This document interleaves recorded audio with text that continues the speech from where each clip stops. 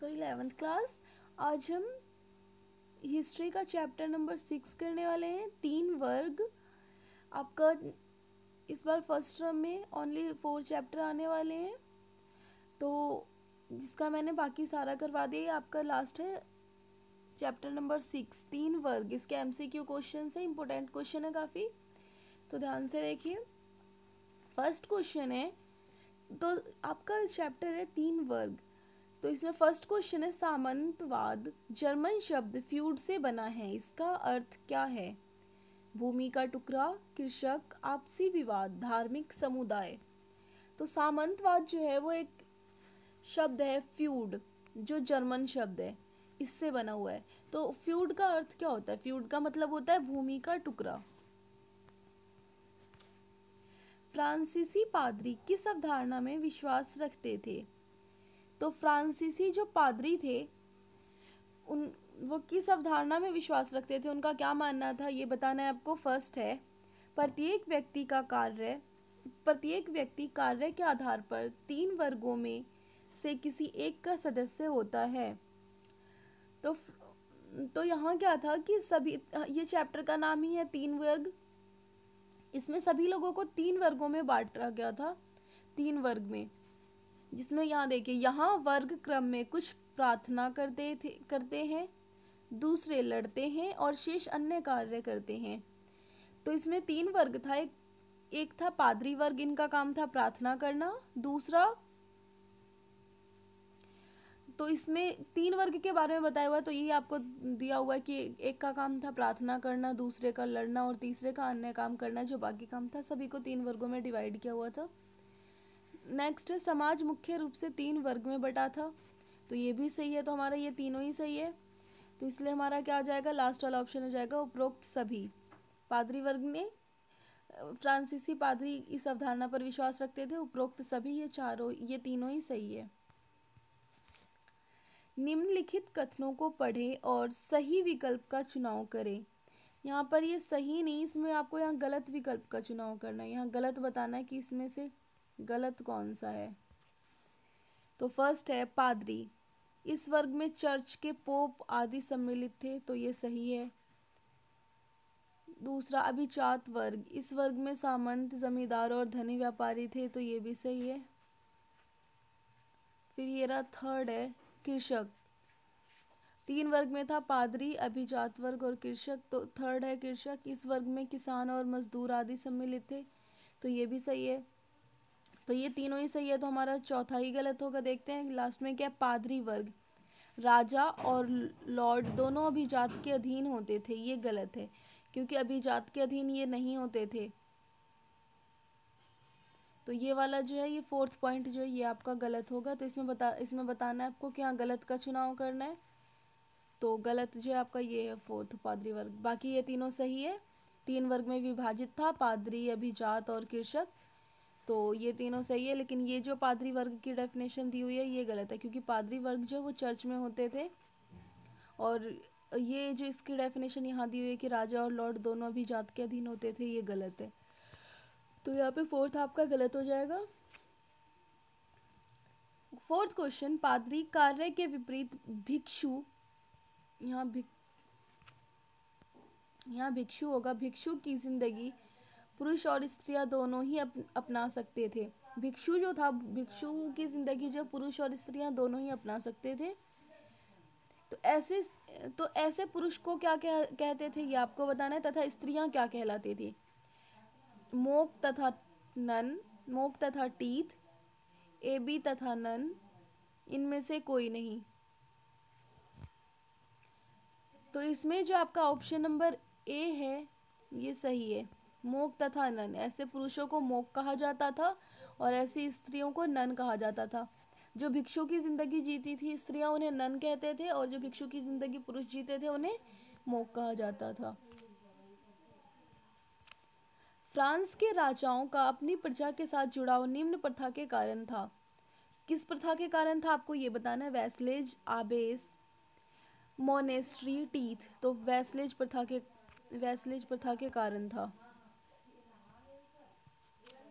Roman साम्राज्य का कौन सा प्रांत आगे चलकर फ्रांस बना? तो रोमन साम्राज्य का कौन सा प्रांत जो वो आगे चलकर प्रांत वो फ्रांस बना, तो ये होगा फ्लोरा, फोर्थ ऑप्शन। नाइट को अपनी सेवाओं के बदले लॉर्ड से प्राप्त जो होता था वह क्या था? जो नाइट थे उन्हें अपनी सेवा के बदले जो लॉर्ड से मिलता था, तो उन्हें जो सेवा के बदले मिलता था उसे क्या कहते थे वो आपको बताना है। ये होगा फीफ। उन्हें जो सेवा के बदले दिया जाता था उसे फीफ फीफ कहते थे। चर्च द्वारा कृषक से लिया जाने वाला टीथ क्या था? उपज आपको टीथ जो है क्या था? तो टीथ जो है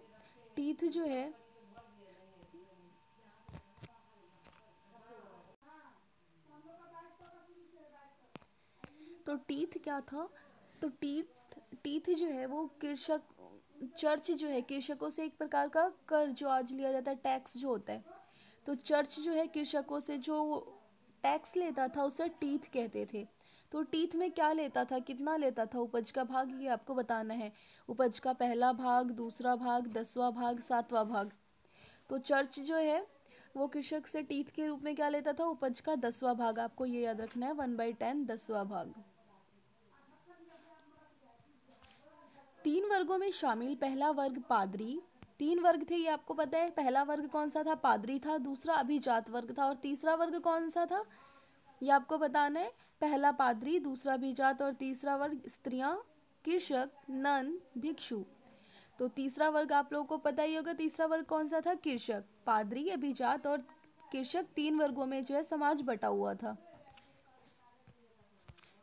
फ्रांस के बड़े चर्च कहलाते थे सीनेटर, कार्टस, कैथेड्रला, सभागार।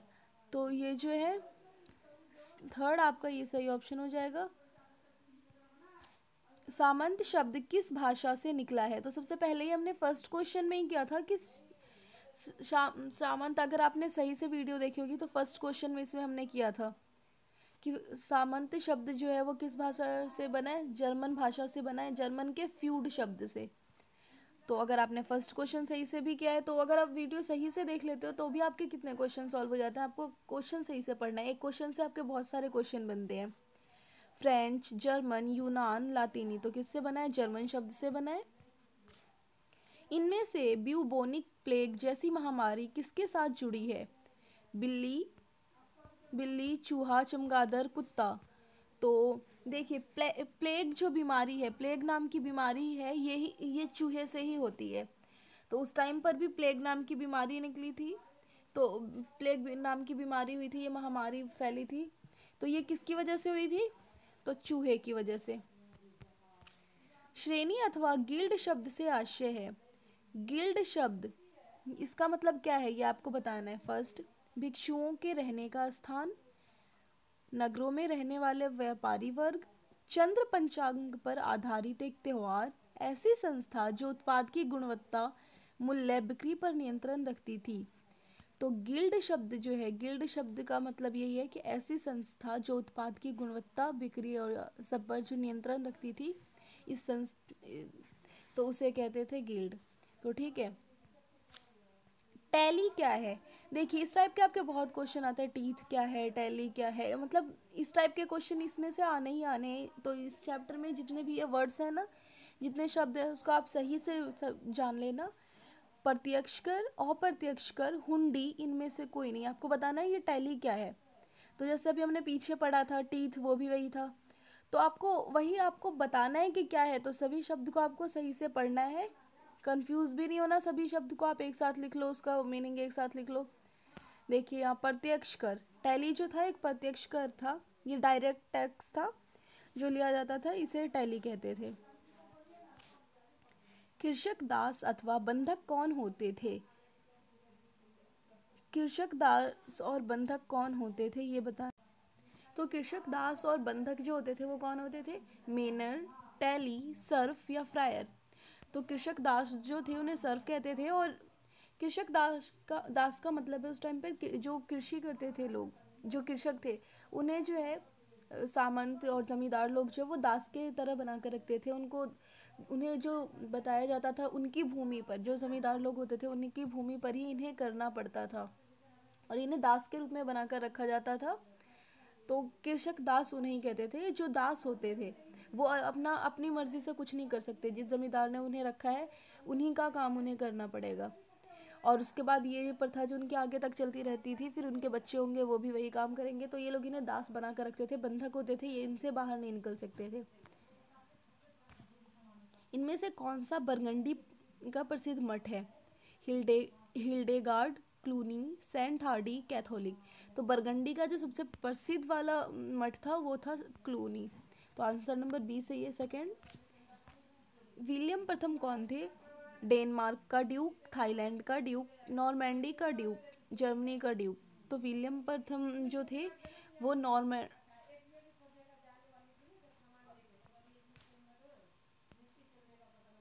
विलियम प्रथम प्रथम नॉर्मैंडी का ड्यूक था। पॉरिश किसे कहते थे? तो पॉरिश किसे कहते थे ये आपको बताना है। तो आपको पता है कि जो आपके पेपर होने वाले वो 1 मार्क्स में भी हो सकते हैं, या फिर 1 मार्क्स में 1 मार्क्स का ही होगा पेपर, बट उसमें एमसीक्यू टाइप का भी आ सकता है, क्वेश्चन आंसर टाइप का भी, ऐसे 1 लाइनर क्वेश्चन आंसर हो सकते हैं, प्लस आपको मैचिंग और फिल इन द ब्लैंक्स इस टाइप का भी क्वेश्चन आएगा। तो आपको 1 मार्क्स वाले सारे क्वेश्चन क्लियर करके रखने हैं, आपको बुक अच्छे से स्टडी करनी है, फिर आपका 1 मार्क्स पूरा क्लियर हो जाएगा। तो इसीलिए बुक स्टडी करने के लिए, तो इसीलिए आपको जो इम्पोर्टेंट क्वेश्चन है हम बुक के बीच से कराते हैं। अब इसमें आपको 1 मार्क्स में किसी भी टाइप के क्वेश्चन आ सकते हैं। तो वही है, पॉरिश किसे कहती हैं? तो एक पादरी की देखरेख में आने वाला क्षेत्र, एक पादरी की देखरेख में जो क्षेत्र आता था उसे पॉरिश कहते थे। प्रारंभ में यूरोप में कृषि संबंधी समस्या क्या थी? तो फसल चक्र, प्राचीन तकनीक, लकड़ी का हल। तो यूरोप में जो कृषि संबंधी समस्या थी वो ये थी कि वहाँ ये तीनों ही थी, यहाँ देखिए उपरोक्त सभी डी। ये इसीलिए क्योंकि वहाँ का जो फसल चक्र था उसमें 6 महीने कृषि की जाती थी, फिर 6 महीने तक भूमि को खाली छोड़ दिया जाता था ताकि उसका उपजाऊ बढ़ सके। लेकिन इसकी वजह से क्या होता था, भूमि 6 महीने कृषि होती थी एक भूमि पर और 6 महीने छूटा हुआ होता था, जिसकी वजह से प्रॉब्लम होती थी कि उसमें ज़्यादा फसल नहीं कर पाते थे, 6 महीने तक खाली छोड़नी पड़ती थी। सेकेंड है प्राचीन तकनीक। अब प्राचीन तकनीकें थी, नई मॉडर्न तकनीकें नहीं थी, उसकी वजह से भी फसल जो है क्या वो ज़्यादा नहीं हो पाती थी। जैसे प्राचीन तकनीक में जैसे आप यहाँ देख सकते हैं लकड़ी का हल था। अब लकड़ी के हल से ज़्यादा लोहे का हल काम आता है, जो आजकल तो और भी नई नई तकनीकें आ गई है। तो वैसे प्राचीन तकनीकें थी, वहाँ कोई नई तकनीकें नहीं थी, जिसकी वजह से क्या है बहुत सारी समस्याएं होती थी कृषि में। मेनर, लास्ट क्वेश्चन आपका 20, क्वेश्चन नंबर 20, मेनर का क्या अर्थ होता है? मेनर किसे कहते हैं ये आपको बताना है। ये भी 1 लाइनर में आपको 1 MCQ में भी आ सकता है, 1 लाइनर में भी आ सकता है, तो इसलिए आपको क्वेश्चन सही से पढ़ना है। फर्स्ट है बंजर भूमि, सेकंड उपजाऊ भूमि, थर्ड प्रत्यक्ष कर, फोर्थ अप्रत्यक्ष कर। तो इसमें से कौन सा होगा? मेनर किसे कहते हैं? तो मेनर उपजाऊ भूमि को कहते हैं, जो उपजाऊ भूमि थी उसे मेनर कहा जाता था। तो ये आपके हो गए टोटल 20 क्वेश्चन।